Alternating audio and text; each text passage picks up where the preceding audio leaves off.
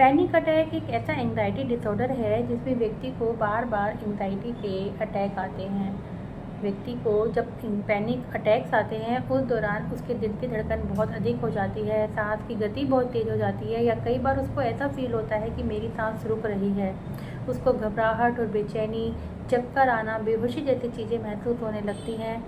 कई बार बहुत अधिक पसीना आता है, शरीर ठंडा पड़ जाता है और सुन्नपन सा महसूस होता है, और कई बार व्यक्ति का मुंह सूख जाता है और गले से आवाज़ नहीं निकल रही, ऐसा फील होता है। पैनिक अटैक का सामना कर रहे व्यक्तियों के लिए 3 चैलेंजेस सबसे ज़्यादा आते हैं जो उनको फेस करने पड़ते हैं।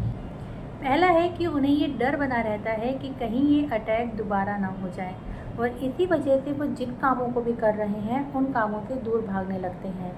मान लीजिए कोई व्यक्ति है जो बहुत अच्छी ड्राइविंग करता है, लेकिन उसको अब पैनिक अटैक आ गए हैं, तो उसको ये डर लगने लगता है कि कहीं ड्राइविंग करते करते मुझे दोबारा पैनिक अटैक ना आ जाए, और अगर ऐसा हुआ तो क्या होगा।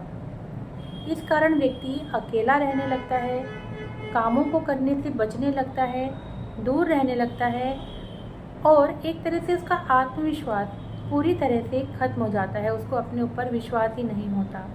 व्यक्ति को ऐसा लगता है जैसे उसकी जान से जा रही हो। दूसरा जो सबसे बड़ा चैलेंज है व्यक्ति को पैनिक अटैक के दौरान फेस करना पड़ता है, वो है कि व्यक्ति शारीरिक सिम्टम को एक गंभीर बीमारी मान लेता है।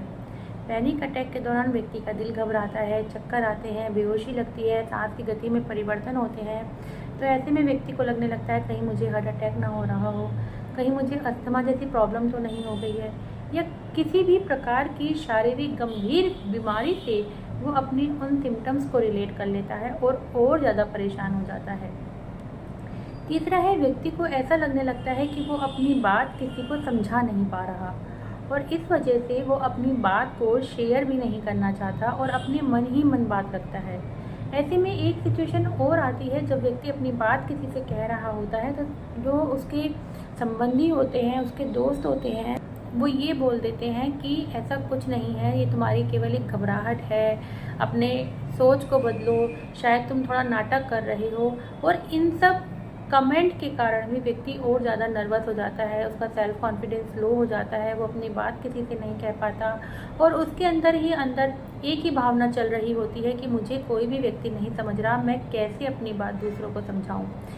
इसीलिए व्यक्ति की मनोदशा को समझकर और पैनिक अटैक के रूट कॉजेस को समझकर इस मानसिक समस्या पर कंट्रोल पाया जा सकता है।